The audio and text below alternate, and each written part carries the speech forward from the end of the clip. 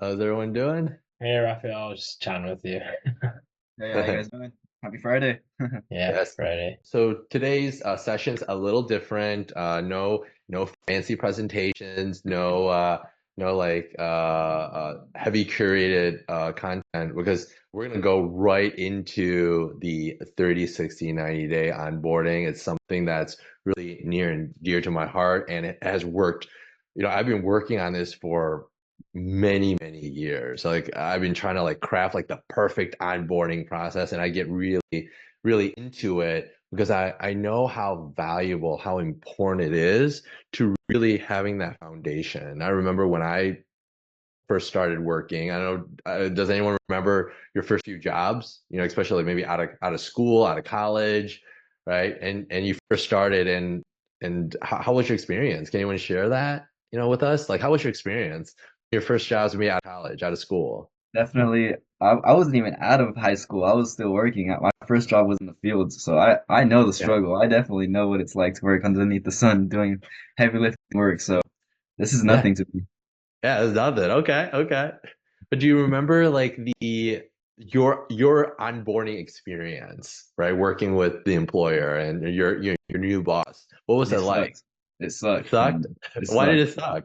because you felt like the underdog, and you felt like like it's just for every job I've had, whether it was like working at Tesla or working in at PG&E, it's like you're the grunt, you have to start from the bottom. And the onboarding is definitely like very detailed, like it's very important for the company, especially if it's a big company. The onboarding is the most important thing, and that they just make sure that everything's up to date, that everything's like really specific pretty much on what's going to happen and what they're Yeah, gonna do. yeah. Yeah, it's really cool. It sounds like yeah, you worked at some big companies that typically the bigger companies should have a much better onboarding process, a well documented one. Yeah, 100%. Has anyone ever worked in a small company where it's just like wow, wow, west? Mhm. Well, it's funny you talk about onboarding process because I was just working with RBC Bank and their onboarding process is awful. You guys know RBC Bank? Is that in the States? I don't know. Maybe Um, it is. Maybe it is. It's a big bank here in Canada. It's like okay. TD. But the Oh yeah, onboarding yeah. Royal process Bank of was Canada. Okay. I've seen them. onboarding process was like awful and like there's no system processes. It's just like this is such a big bank. Like why don't you guys have your Wow. shit together? It's just So like so tough. first day, it's like, welcome to the bank. Well, I just need you to sit right there and just wait. Yeah, it's yeah, basically. But that's kind of what I'm dealing with right now. But in terms of like small companies, uh I can't even remember their onboarding process. Most of the companies I've worked with have been kind of like 100 plus people, so it's been like decent size and yeah. Yeah, yeah. And thank you for sharing. And also I want to mention what Jason chatted us about since he's driving, so I don't want him to crash, but I'll read it out loud. So he's driving and he's had a few Philippines employees since May and June. Recently lost an editor, bringing on more. So I'm here to just see if there are things I can do better. All right, let me know if this is primarily for people hiring for the first time.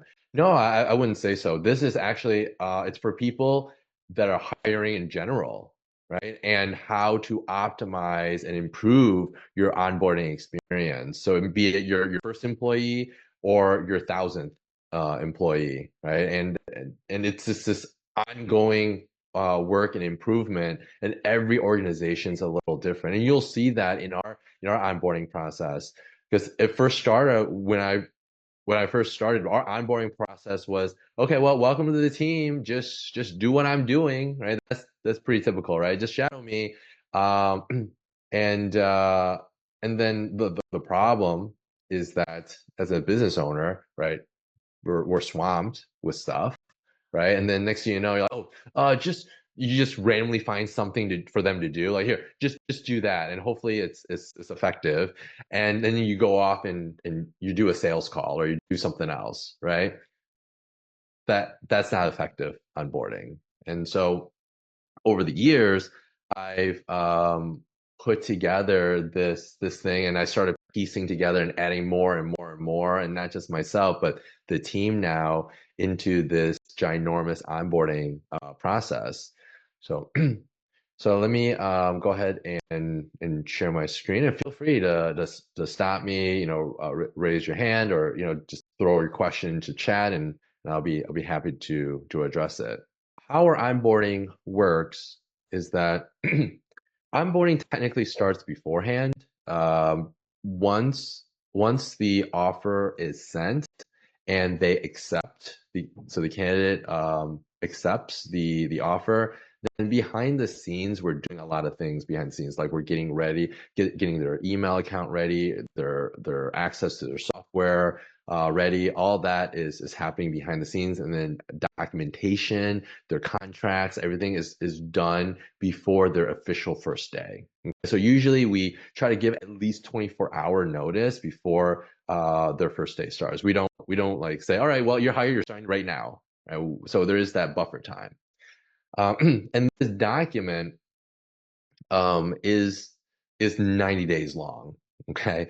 We don't have everything broken down yet to every single day, but usually the first 10 days we have broken down, and then afterwards it's week by week, and basically month by month. And the idea of the 30, 60, 90 days is the first 30 days, it's all about learning. So our expectation, we set the bar pretty low. We're like, okay, your goal here is to be a sponge, learn as much as possible. We don't want to put additional pressure on you. And I even go as far as saying, I'll go as fast as you're comfortable with, but they also see the documentation of like, okay, day one, day two, so they know they can self gauge on how well they're performing on and how fast they're learning. But I've had applicants that are like second day, they're already on the third or fourth day type of work. And I let them know, like, hey, if you're done with day one, you can go on to day two and day three. There's nothing stopping you from moving ahead and moving forward on this onboarding process. Because the goal of this is the sooner you understand our organization, you understand our processes, our systems, the sooner you can bring more value to the organization, and the sooner you can get more autonomy. Okay. So another thing I say, like one of the most requested thing that it's near the top, uh like pay is one of them, right? The other thing is autonomy, freedom. That's one of the reasons why like working from home, working remotely, is so appealing, because they get more of their autonomy. There's not someone like watching them all the time, 24/7, essentially, at the office. But what I say is, okay, during the onboarding process, you're not going to get that much autonomy. As a matter of fact, I am going to invest my time with you every single day, sometimes twice a day. We're going to go over the onboarding document. We're going to go over the things that you worked on yesterday, questions that you have, and then every single day, until you feel you're ready and I feel you're ready. Then I will, we'll have less meetings. We won't meet every day. We'll meet maybe once a week, and then eventually once a month. Okay. And that's something where the new hires really, really appreciate, because I ask them two options. Do you want someone working with you every day, giving you guidance, coaching you, or do you want someone just throwing you in the deep end and say, here, good luck. I want you to be successful. And by the way, I want you to be able to read my mind so you know what that definition of a success means here, right? I don't care how senior a person is. It might be a creative director, it might be a VP. Well, even for someone in a very senior role, they don't know the culture of your organization. They don't know what's going on. They don't know who to talk to. They're still going to need that assistance, right? So why not get it straight from the source? So usually it's the manager. Okay. So it doesn't have to be you. So when your agency gets big enough, it's not you doing all this. But right now, if you're small and you don't have many people, you don't have many leaders on your team, then guess what? it's you. Okay, until you have a large enough team where you have the leadership in place. Okay, but that's a future topic. Maybe I'll discuss like how to build, how to create leaders. But right now, most agency members are at a place where they're getting ready to hire their first hire, or maybe their third or fourth hire. So they're not to the point where they need leadership roles yet, but down the line, they will if you want to really scale your business. Any questions? How do you know when to start onboarding people?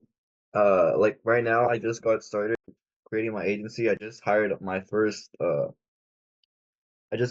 client, and I'm doing everything right now, but I'm just curious, should I just start learning the ropes, and then once learn everything, and then that's start hiring my next person, or how should I start? Pretty much, you're the expert here. You're the one Yeah, from okay. the beginning. So what I would say is for me, and especially in the beginning, I I try to learn everything myself. So my perspective is I never ever want to tell someone to do something that I wouldn't be able to do myself. Okay, Hmm. that's just like me kind of personal thing. But there will get to the point where you just don't have enough time in the day to be able to do that. But here's the thing: if you don't know, let's say for example, what kind of agency do you run? Digital marketing, social media management. Okay, social media management. Okay, so that means like your one of your core roles would be a social media manager, right? Yeah. And so if you don't know, let's say the exact tools or the KPIs, the conversions, what works, what channels works for, what social media channels work better for different types of industries, then if you hire someone, it's like you're given this amazing, powerful weapon, but you don't even know how to utilize it fully, right? Or you're provided this amazing tool and you don't know how to utilize it fully, or you have this superpower, you don't know how to use it fully. So that's why at the bare minimum you should have at least a client or two under your belt, and you're in it. You know the struggles, you know the pain points, because also it will make you a better leader too. Because if you're so disconnected, right? I mean, perfect example, like politicians, right? They're so disconnected with reality. Next thing you know, you're asking people to do things that are nearly impossible, right? Yeah, I agree. So you don't want to get too disconnected, but at the same time, you're like, okay, well, I'm struggling. So back to your original question, when should I hire? It's to the point, I would say 80% capacity. Okay. So number one, can you afford the talent? So you have to look at your own cost of living, right? Everyone's a little different. So you want to, from a numbers perspective, your cost of living standpoint. And if you're able to live off of that, that number, then you look at the next piece. How much will your hire cost? So for example, my recommendation first hire should be an executive assistant, or you could have a technical role like a social media manager. That in the Philippines is going to cost you about $1,500 a month. Okay. So you look at it this way. You're charging the client, let's say you have one client, you're making $1,500 a month there. That covers, maybe you need two clients to cover your salary. So now your third client, rather than pocketing and making all profit, what I would do is immediately focus on bringing someone on and for fulfillment of that third client, or actually really your first two clients, and you're focused on your third client. And so you're not draining, you're not pulling money out of your company. You're investing back in your company by building and hiring your next hire. Yeah, I think advice that I was given was hire, like you said, hire something that you're already experienced in. So Yeah. like hire someone in who's already in the Philippines doing editing, hire them on board. So because that's what takes most of my time away. I think that's some of the advice that I got from some of the leaders here, some of the mentors. And I Yeah. feel like, yeah, what would you say about that? Well, the thing is, do you how much do you know about video editing, right? From 1 to 10? Probably like a five, A eight, five. five, Okay, six, we'll okay. say six. So the focus here is that if you're hiring a talent that you're not, like, let's say you're not a 7 or 8 at, then at that point you don't have to, like, let's say, load up Adobe Premiere or load up DaVinci and learn every tool, but focus on the deliverables and what they're doing, and then asking the right questions when you bring on that talent to to challenge, but also at the same time you're learning, and you can let them know, like, hey, I'm learning and I want to understand you and the process, and really having a good handle of that process, and you should be fine. Got it. One of the common mistakes, like, so I run a dev agency, and so I see a lot of marketing agencies that we work with. They hire these web developers and they're like, yeah, we're building these sites, and then 6 months later they're like, oh, it's crap, all these errors, all these problems. It was great in the beginning. Yeah, looks great on the outside, but you open up the hood, it's a mess. The code is sloppy, everything is sloppy. So for me, I don't just look at it from like whatever's on the outside. I go and dig a little deeper. And it's not that I'm trying to, like, micromanage everything. I really want to understand how the inner workings work.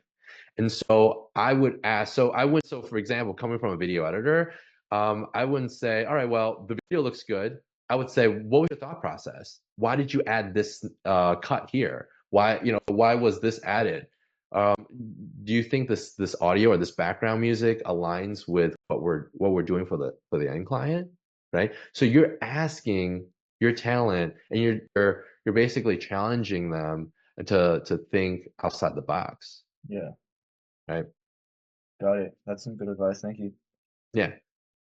So, okay. So, great question. Now, onboarding. So you're getting ready to hire your new talent, and this is their first day. What does that look like? Okay. Our first day, we share this document. They put in their information here.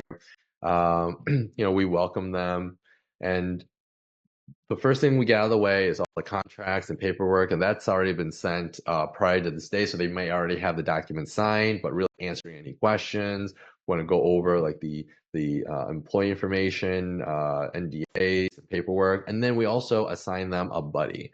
So our agency is a little bigger now, so it's easier for us to assign a peer. But even for you, even if you have, let's say this is your second hire, you want to assign the buddy that's not you.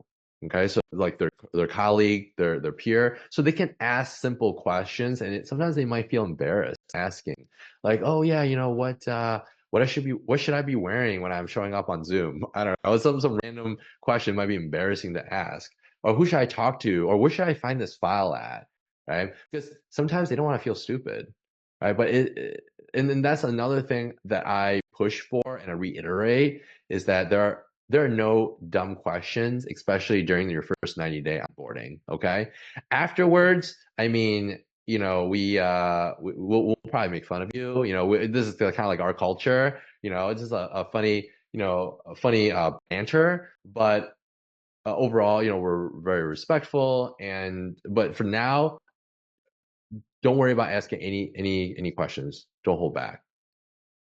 So after meeting your buddy, we go in, and so usually the CEO, so myself, I have a meeting with them, welcoming them to the company. I talk about our team, our history, our mission, our vision, our core values, and here's one of the things that I say pretty much every single time. I say that I don't have a big enough, like, rule book to cover every single scenario, but if you make choices based off of our values, our mission, and our vision, no one here, myself included, is going to reprimand you. Okay. And that is the point of, like, oh, okay, cool. I just gotta focus on these things. And because I will ask, right? If they make a mistake, I would ask, hey, why did this happen?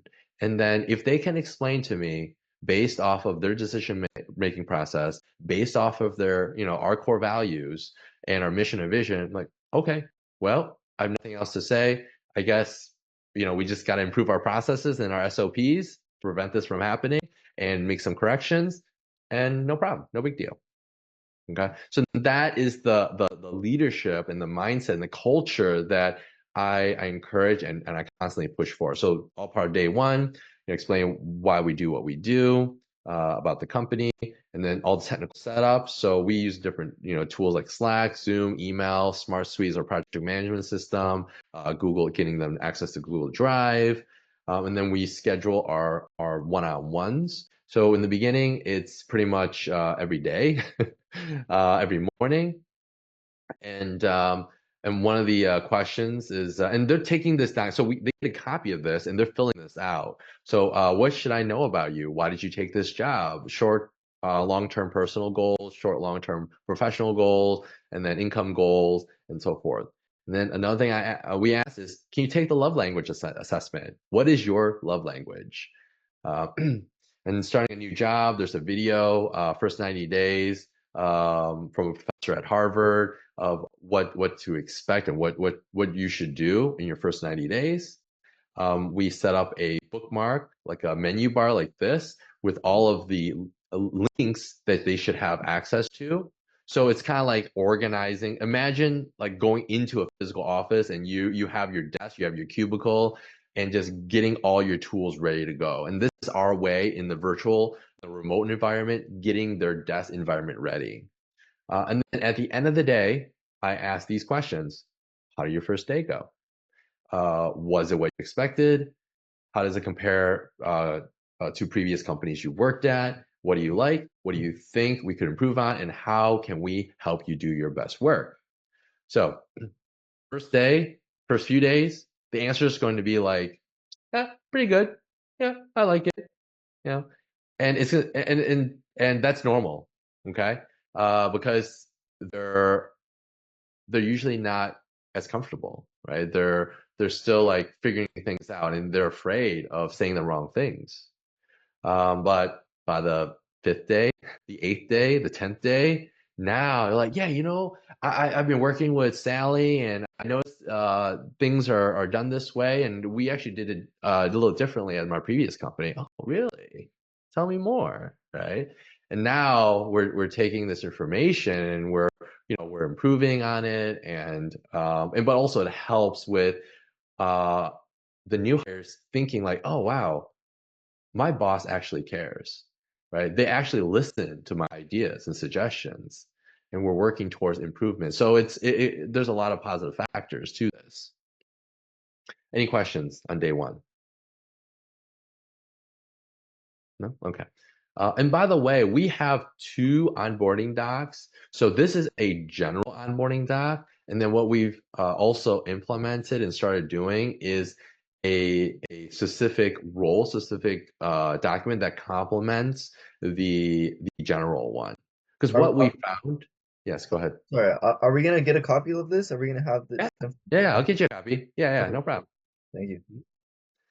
So we started building role specific docs because, for example, for an executive assistant, their training might be how to respond when the CEO gets an email from a client in this scenario, or needs a request that there's another person or another department can answer. How do you address that? Well, you don't need that training in the general onboarding, but you need that training for the role specific training. So that's one of the things that we're starting to do is separate. There's an onboarding, general onboarding, and then a role specific one. So that's day one. Day two, more focused on introductions. We may play a game like red light, green light, based on previous work professional experiences. Please share with me things that you didn't like about the previous companies and managers you worked with, right? And there are things that may bother, and of course, for us, we don't want to bring back like PTSD for them, right? Like, oh wow, yeah, they don't like, being ignored or being unheard, right? So I go out of my way to ensure that does not happen. Okay. Um, and then we go over the love language assessment, and I share a little bit about mine, like what my love language is. Like mine's acts of service. right? So we share, and that's pretty fun. And then there's another video about starting a new job and how to succeed. And then we talk about in our Slack. So how we work internally in Slack is that when we start work, anyone starts work, they post like logging in, but they also share 3 things that they're working on today. So that's the first thing. And then when they go on break, they just post in the team chat like, "Hey, I'm going on a break, 1 hour, break 1 hour." Or when they're logging off, they say they're logging off. So that way everyone else knows like, okay, they're on break. Let's not bother them during the break, or they're logged in now, and they're focused on these projects. Oh, by the way, we're working on that project too. Let's talk about that. So it just keeps everyone in the loop. Another thing we set up on day 2 is setting up their email signatures and learning about inbox zero. Okay, so does your inbox look like this? It has like thousands of unread emails. Oh yeah. Yeah. Okay. So inbox zero is something you want to implement as soon as possible. So I'll give you a little sneak peek of what it looks like. All right. I used to have like 10,000 emails in my inbox. Okay. I don't have that anymore. So for example, um, I would look at, so my EA does this. So I'm doing it for you to show you what my EA would do. My EA would basically say, all right, well, these emails, like for example, from Dunham's, or this is an ad, or this is really not needed. So I would just hit E on the keyboard, and it just boom, archives, and it clears out. So the whole point of inbox zero is to get my inbox to zero. All right. And things that are important, it would be tagged as either action items as follow-up, or things that we're waiting for will be waiting apply, or things that are read through will be placed in read through. So at any given time, there shouldn't be more than a handful of emails in my inbox, and it's constantly going back to zero. So hence the term inbox zero. How do Okay. you make Yeah. that list on the side of your email? Oh, it is. So if you go to settings, and you got to change it to multiple inboxes, and you got to Okay, customize, got it. and there are sections: follow up, so label colon follow up, label colon or L colon waiting, read through. So that's how you set that up. Is that only available for the business email No, or for, you can do it on your no? personal one too, on your Okay, personal Gmail. Yeah, awesome, got it. yeah. So so you can do this, and then also on my Gmail app on my iPhone, I can also categorize them too. It's a little slower, not as fast. I can't use keyboard shortcuts, but it's super nice, super clean. If you have a ton of emails, you might need to look back at your last 30 days, and then at that point you file email bankruptcy. Okay, and you're like, okay, you just gotta archive all 10,000 emails, right, that you have, and then start from scratch. But from this day forward, you start keeping up with inbox zero. And Got once it. you start doing that, you hire your EA and you hand that off to your EA, and boom, your EA is doing all that for you.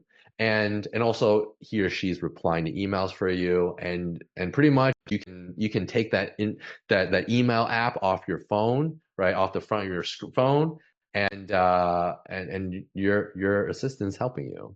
Okay, so that's kind of how you phase into that.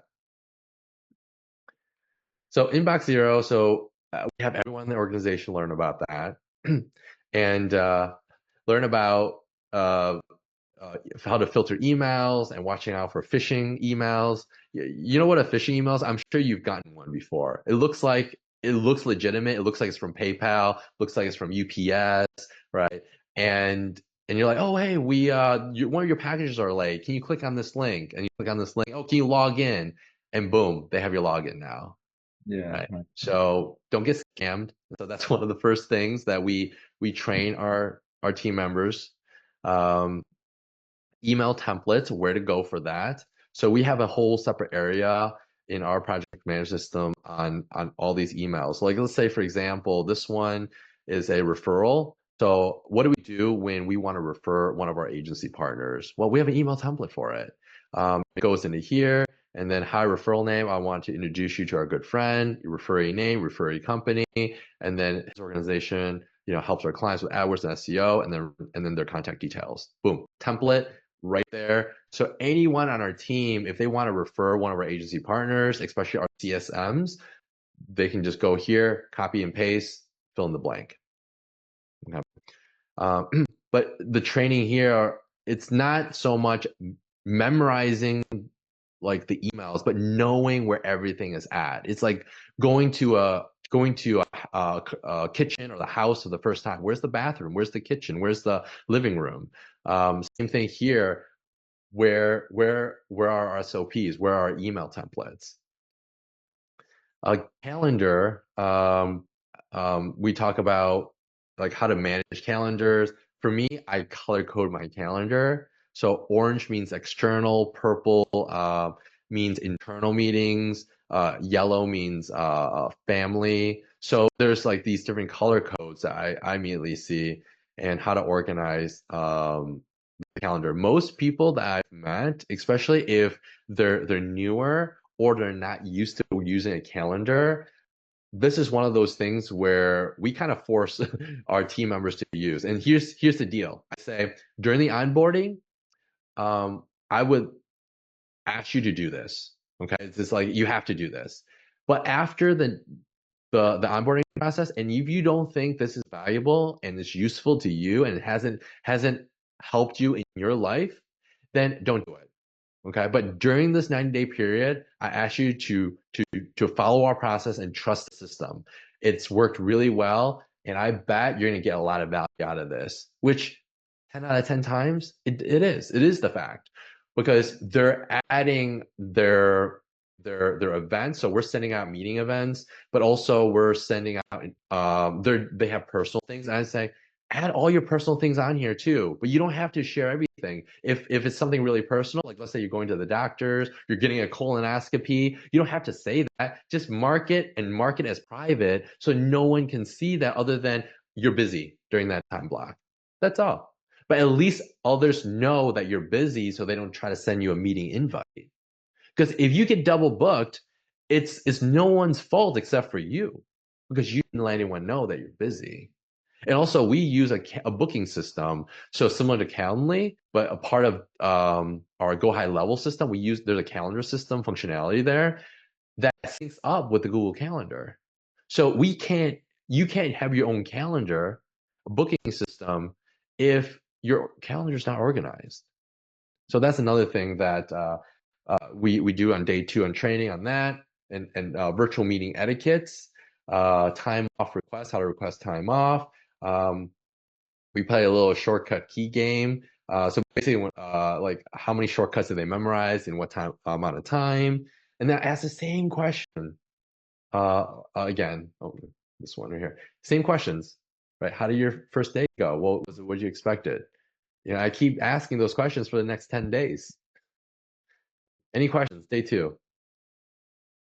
No. No? Okay. Anyone's onboarding process like this?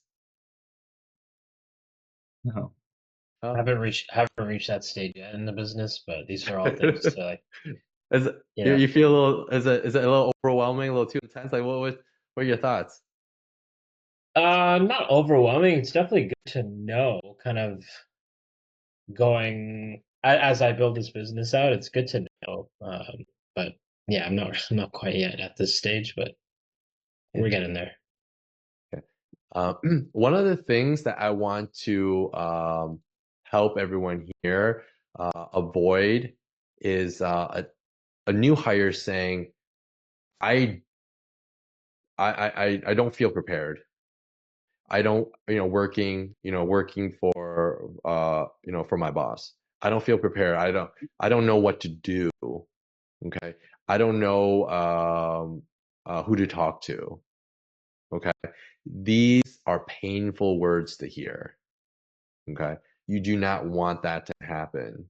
And this onboarding document, and it's not just a Word doc or a Google doc that's going to save you. It's your investment, your time in that new hire that will help you. Okay. Like every single agency owner, I've never heard of anyone say, "Oh yeah, I'm just hiring people to hire people." No, I'm hiring people so they can help me, so I get more of my time back, so I can make more money, Mm. right?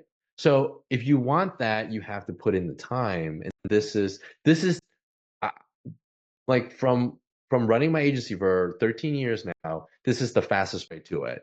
There's no shortcuts, nothing shorter than this. Okay, and if you have a better way, I love to hear it, love to implement that. But I have yet have found a shortcut shorter than what I'm showing you today. Day 3, we go over ChatGPT, Smart Suite, and their personality tests. So and as you can see, this is the ChatGPT is relatively new, right? It's been out for a few years now, but still fairly new. So we whenever there's new tools, new things, new processes, we are constantly updating our onboarding doc. And so ChatGPT is one of them. Big Five personality test. This is a really awesome test. It doesn't even cost you any money. Okay, I recommend everyone here to take it. Okay, and ask your spouse or significant other to take it.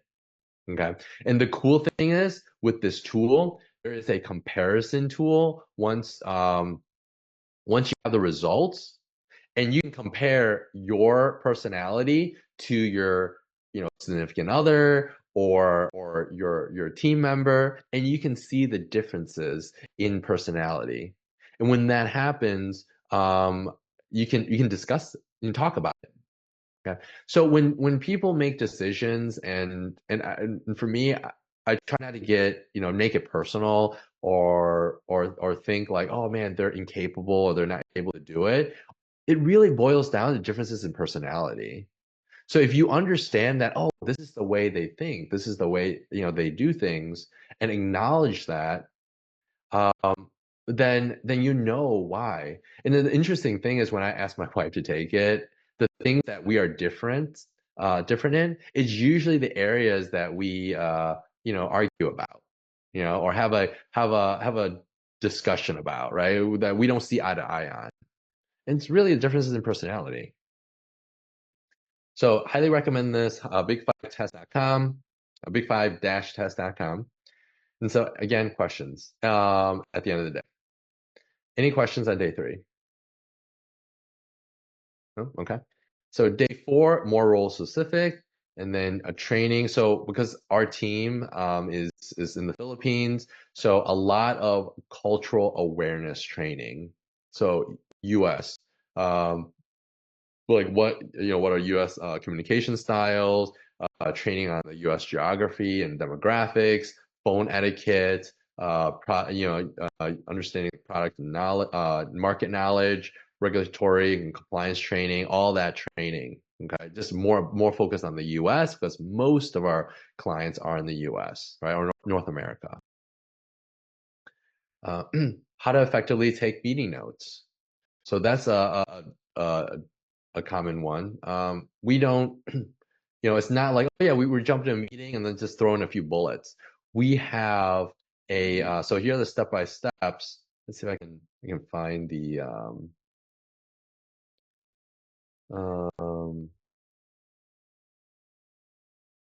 yeah, so this is like the format, and then we already have a document here. So there's a structure of the meeting notes is already prepared, and then okay, here's what it looks like. So this is what the body looks like. We already have it. The next meeting day, the to-dos, the participants, and the recording of the meeting. So we already have a template ready to go for every meeting that we have. And then after the meeting, what do? We review, revise the notes, and then email meeting notes within the day, if possible, and then with this format. So you can see we're very, very structured.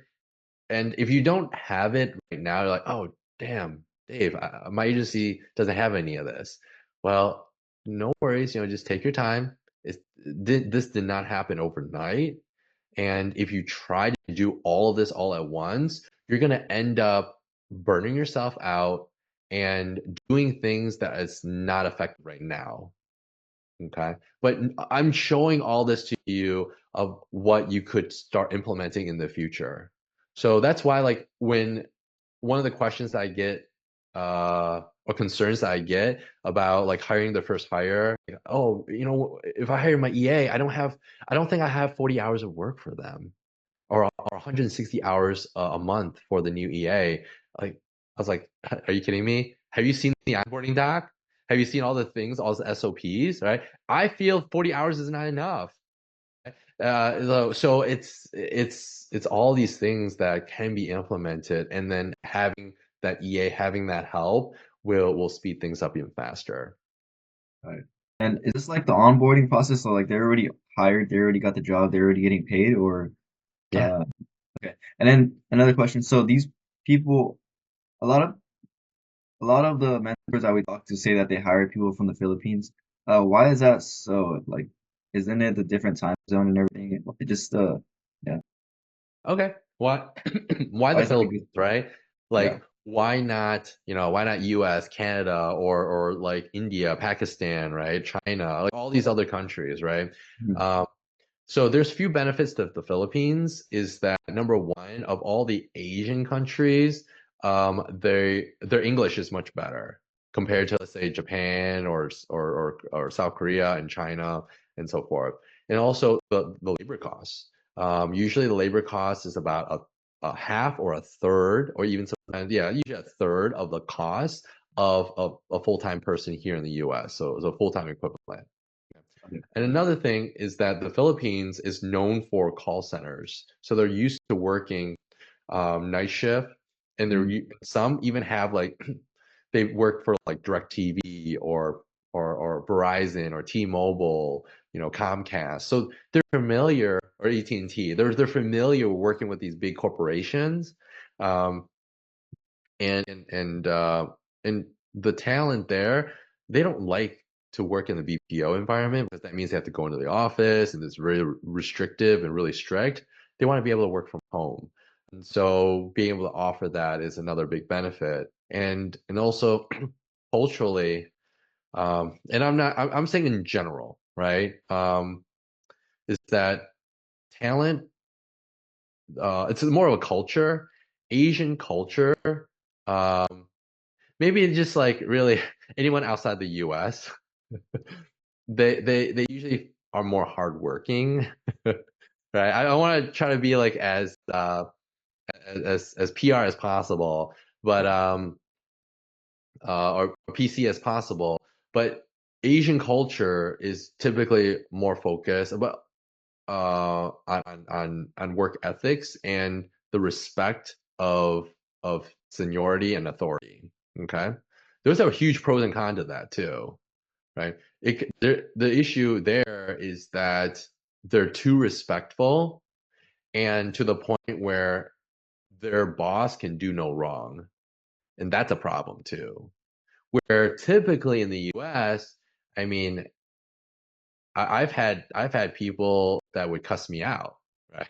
Damn. Like, whatever, right? I used to run, as crazy as it sounds, I used to run another business, a lawn care business, and I hired blue collar workers that would say, hey, I had to let them go, and they would threaten me.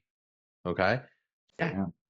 So it's like I've seen it all, and so so that's that's why. Why the Philippines. I think it's an awesome culture, awesome people there, and so far the people that I've hired has worked really, really well. But as the agency owner, as a leader, you have to understand how to lead different groups of people based on their backgrounds. Thank you. Okay, so great question. So day five, just morning meetings. So we're going through the morning meetings. I like to talk about leadership a lot. So I asked them to listen to the book, The 20 Irrefutable Laws of Leadership by John Maxwell. Has anyone heard of John Maxwell? Sounds familiar. Yeah, good stuff. Highly recommend it. It's a free audiobook on YouTube you can listen to. I have the Audible version of it. Good stuff on leadership. and then more training. Well, actually, no, this is already covered. And then day 6, more shadowing, and then video on focus. We talk about Google Maps. We talk a little bit about Go High Level of how we utilize it, and I'm just kind of going through this a little quicker now. Day 7, it's more. Now we're a little over a week now, right? So day 7, because these are business days. Now they're more focused on shadowing, but also there's a little bit of role specific still, not role specific, project management courses that we have the individual take to understand our project management tool. But now more and more, it's about shadowing your peer or shadowing your manager. Okay, and that's typically like the first 10 days. And then on the 10th day, there's actually another personality test that we have them take. It's like, what is your brain type? How do you um, how do you learn? Oh, what's your best way of learning? And 6 tips on on having productive one-on-ones, and then learning about different tools, and then ongoing education. These are all the different tools that you have access to working here. And again, the same questions. And so week 3, now we break it out into week 3 on like techniques on how to master anything fast, leadership, and feedback on week 4, and then on day 60. Okay, so we're so from 30 to 60, the next block, it's about implementing what you've learned in the first 30 days. Okay, so first 30 days is about learning. The next 30 days is about implementing, and then after that, so from the 60 to 90 day mark, now I'm asking them to optimize. So one mistake agencies make is that they expect a new hire first day, first week. It's like, all right, you're brought on. I'm paying you big bucks. I want you to improve all of our systems. Like, what? I don't even know what Sally does. So I don't know everyone on the team. I don't know the dynamics. I don't know the clients. I don't know the processes. Now you do. Now it's the 60 to 90 day mark. So you've been here for 60 days. So based on what you've learned every single day, what are some of the things that we can improve on? Right? And so that's when we ask for the optimization part. So during the 90 days, process improvement, strategic contribution, and continuous improvement. So we, and even in the first month, I'm always, I think of it as like Yoda, right? Like what would Yoda say when he's training Anakin, right? You don't want to give out answers, right? And as much as it's easy to like, here, this is how you do it, ask whenever possible, ask about their thoughts, ask about what how would they handle it, because that is a learning and training opportunity. Because what's going to happen when you're not around? What's going to happen when they're working independently? You're on a sales call, you're on a video shoot, you're doing your own work, and all of a sudden 2 days later you get the results, like, whoa, this is not what I expected, right? And then you end up asking the same question anyways.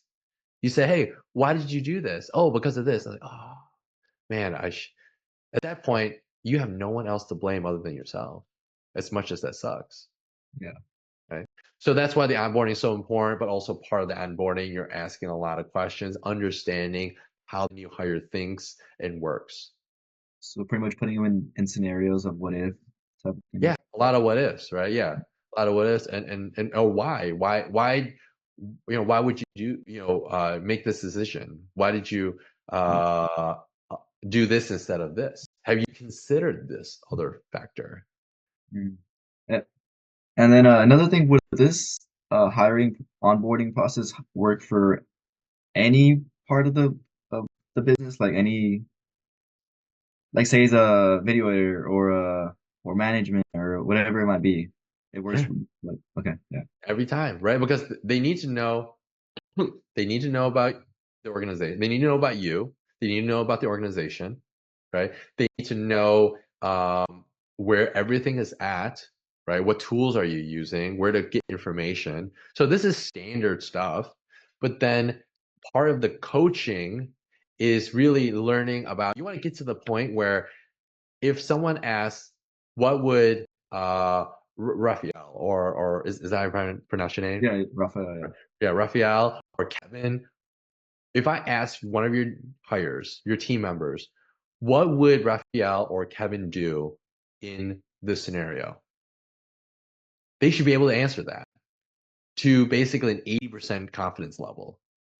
And if they cannot, you got to work on your onboarding. How do you know when the person you hired is not fit for the job?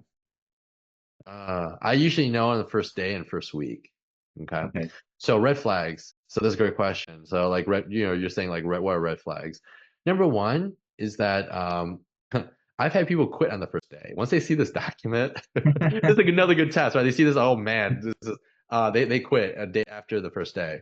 Yeah. That's a red flag, right? But they quit on their own. Second one would be they're they're not listening and following my advice and instructions. Some of the best hires, so on the outside for others, might think, oh man, they're a terrible hire because they're making these huge mistakes, right? They're like like I've had let's see, I'm trying to think back. I've had hires that didn't know certain etiquette, and how to like, oh yeah, then logging into Zoom and we have breakout rooms and going into, it's not a big deal, but like what do you do when you go into a physical room, right? You knock, right? You knock, and then when you arrive in a room, you say, hey, hi, how you doing, right? Um, but I've had hires where they didn't think about that. They just logged in and they don't have their camera on and they're just sitting there like a ninja. Mhm. And it's one of those things where I don't take offense to that. I address it and teach. Now, at that point, do they keep doing it? If they keep doing it, red flag. If they stop doing it and they're following, my advice, then hey, that's awesome. And I'm super happy about that because it's their capability, their ability to learn, okay, and their potential. That's what I look at. I look at a human being, a person's potential, rather than just their initial abilities. Yeah. And how would you know whether if it's there on them or on you? Because as a leader, you're supposed to mentor them and onboard them. How do you know if it's your fault or their fault in a situation? Or yeah, if that makes sense. Yeah, yeah, yeah. So, um, for example, let's say they're working on. So you mentioned so I'll use an example for you're doing social media, right? So let's say you have a social media manager and they're creating content for one of your clients, okay? And the content that they're drafting up is completely off base. Okay. Like, whoa, why did you create this content, right? And let's say this customer is selling, I don't know, selling uh drinks, right? Let's say it's this beer, right? And it looks like it's targeting senior citizens. Okay. Like the ads are that bad, right? The social media posts are that bad. Um, and you're like, well, what the heck happened? And you ask, so the first question I would say, right? I try not to I don't try to say, hey, why the heck did you do this? This is stupid. I don't try to rip people. I ask like, why did you do this? Right? What made you decide to go in this direction?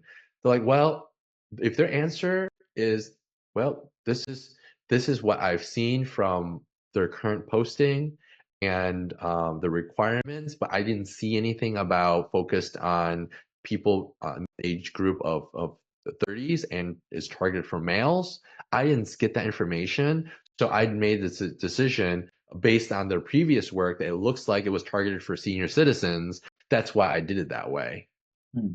Then at that point, you fucked up. Right? Like you as a leader, like you did not communicate. You did not give enough information so to allow them to do their best work. So Got so it's like that's why you have to know the full context. When like, here's another scenario. When a customer gets angry, first gut reaction, right? What is that? What is everyone's first gut reaction? If a customer's angry and you weren't involved in it, and someone else, one of your contractors, one of your project, one of your team members was working directly with that person, what is your first gut reaction? disappointment or anger Anger and what? on me. It's your fault. You're getting all the blame. You're the face of the company, right? Yeah, It's your reputation, not theirs. yeah. Okay, okay. Kevin, what are your thoughts?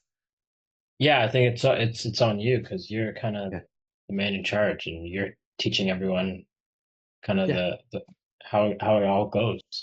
Yeah. Yeah. Okay. Very good. Very good. And that's the right mindset. Some agency owners, they think, okay, well, what did my staff do? Right? What did they F up this time? Right? And you want to avoid that and think about what the full context, the full story, what happened. Maybe the customer is being unreasonable, or maybe there was miscommunication, right? In those scenarios, and those are training opportunities, and it's not necessarily a red flag at all for the new hire. So kind of going back to Raphael's first question of like, how do I know about red flags about new hires? It's not really a red flag. It's really, if anything else, it's more of a red flag as you as a leader. You got to correct, Yeah. right? Yeah, yeah, So it's true. you learn from their mistakes, Yeah, and you take it almost as your own mistake, and you kind of like adapt that and put it into the next hire, or 1000%, yeah, thousand I percent. get what you're saying. Got it. Yeah. And when you do this over and over and over and over again, what will happen is that when your new hire becomes not a new hire anymore, let's say they've been working for you for many years now, and they understand how you operate, they understand kind of how you think and how you make decisions, you've essentially created a very close clone um, to you. And then here's where the magic happens. Um, the future hires, they're able to continue to share this type of culture, this education, this leadership onto others. And now your whole company is operating at that level. So if you don't build a strong foundation now, you're gonna be in a world of hurt and just more pain in the future. Got it. It's good advice. Yeah. Thank you. Thank you. Questions? What else? I mean, I feel like I asked all my questions. I don't know if you have any other advice that you would recommend. No, are you thinking about hiring your first hire, or do you have talent already? I haven't hired my first hire yet. Kind of like what you're saying, I want to manage every aspect of the business, get Yeah, familiar with it, start making money, and then yeah, knowing what my revenue is, and then investing it properly with someone in the Philippines. yeah, What website or how do you find them? yeah. That's a good question. So there's a few tools in the Philippines. There's online jobs.ph. There's Facebook groups. There's for us now, it's just beyond that. Now we have a larger group. We can we ask people that we know, and they refer us. Referrals are usually one of the best because there's already that connection. Um, so that's one way, or you can always ask as our agency. We have a I run a staffing agency, so Okay. that's the other part, and you can always ask us for help too. Can I get your contact so I could just Yeah, yeah, contact sure, you? absolutely, absolutely, yeah, Write it yeah. down. Or you could. Because go ahead. No, yeah, go ahead. Sorry. Yeah, when you're hiring, if you do decide to, let's say, search for yourself, just how like our onboarding processes, like today, what we went over, you want that level of rigorous, like in-depth, like process for recruitment too. Because if you don't have a strong recruitment process, even if you have a good onboarding process, you're going to spend and waste a lot of your time. Yeah. Okay. Yeah. So it starts off with recruitment and then it goes into onboarding. Okay. Because your strong foundation is a part of your onboarding and making sure that you get it right the first time, so you don't have to keep, Yes. hiring new people and going over the same thing. And then, it's like you said, it affects the next generation of new hires. Yeah, exactly. But if your recruitment process is not good, then what will happen is you're going to get people quitting on, the first day, or they don't onboard as well, and because their expectations are different, right? So one of the things that we recruitment is we we ask a lot of questions, but the questions are focused on do they meet our expectations, and do they know what the expectations are? And are they capable of handling all the workload and all the different dynamics? Do they have the experience and technical skills capable of doing that? And so there's all these things in recruitment that you have to consider too before even onboarding starts. Yeah. But today's session is mainly focused on onboarding. Yeah. Would you recommend onboarding anyone from specifically like Fiverr or Upwork or anything? I think Upwork's more like US based, but Fiverr, what do you think I about that? would not use this onboarding process for contractors like Fiverr. I've hired people from Fiverr and it's mostly been a miss. Just usually it's like this one-off gig kind of thing. So it's like gig related things. And the crazy thing is half the stuff that I get from Fiverr, I don't even end up using. So I just pretty much burn money away. Upwork, on the other hand, I have used, and it's not like a complete miss. I would say maybe a 30%, 40% success rate. But usually Upwork I've used in the past for a project basis, and I've had people that really liked working with us and ended up being a full-time hire Yeah, that's kind of from what I was Upwork. thinking. Like just And so test it on when Upwork that yeah, and when that happens, that's when you want to do the onboarding process, when they become a full-time hire. So in the beginning, if they're a contractor, you might have a very slimmed down version of this, of the onboarding process. More of like, hey, here are all the tools, this is what I expect you to do, these are your deliverables, yeah. stuff like that. So starting off, would you right off the bat, like in my situation, no employees yet, would you start off onboarding the way you're talking about, like from not really knowing them, or would you go on like Upwork or Fiverr, specifically Upwork, test them out, test out their work, see how they do, and then if they do good and you like them and they're willing to work with you, and then onboard them? Would What would you say about that? So it's really hard to convert someone that is working on Upwork to a full-time hire. Why? Because the mindset is they want to be a contractor, or they're focused on and they may have other projects. So I'm not saying they're gonna lie to you, but let's say they do accept your full-time opportunity, they might still be working full projects on the side, which impacts their performance, okay, in Got it. general. So there's that concern, but also it's their mindset is they're not looking for a full-time opportunity. But if you do find a good one, then you'll have to work hard to convince someone. So what I would do in the beginning of an agency, it all depends on your offering, and of course how many customers and volume that you're getting, and the type of work. So here's like a general like like strategy.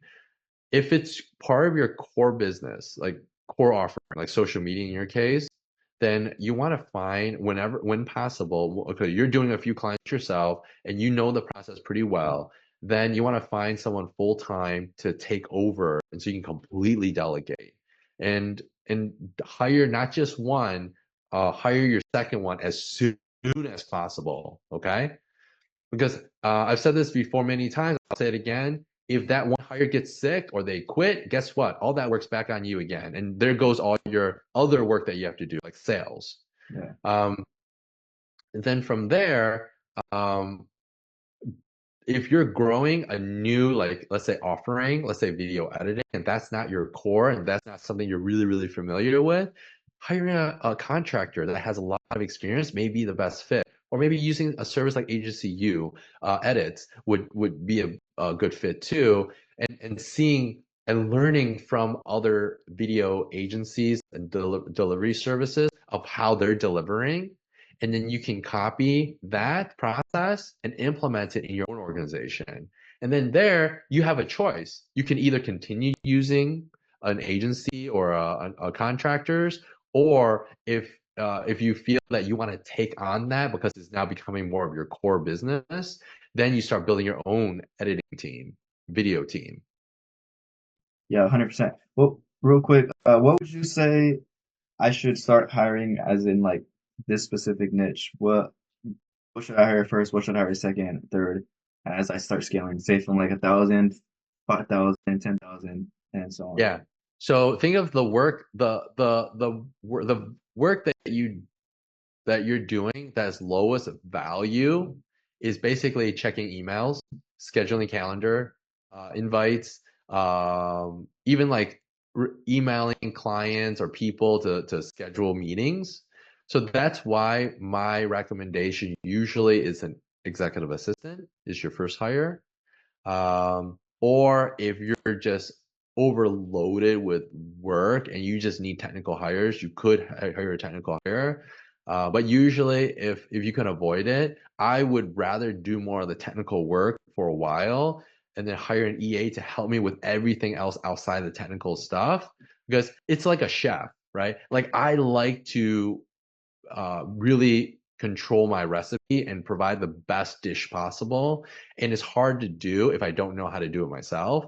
So I personally like to hire all the outside help, stay as a chef as long as possible, the technical talent. And then once I know exactly what the perfect recipe will be or close to perfect, then I basically hire the technical talent and say, all right, here's the exact recipe. Here's exactly where all the ingredients are, the source of the ingredients, and this is how we deliver. Okay. Yeah, perfect. That's how I would do it. Yeah, got it. Thank you. Yeah, no problem. Any other questions? No, I think that's it. I know you got to go too, but I appreciate your time, Dave. That was Oh, some thanks for good being advice. here. Yeah, I love the questions. I Yeah. hope I get to meet you again, man. Yeah. See you around. All right, take care.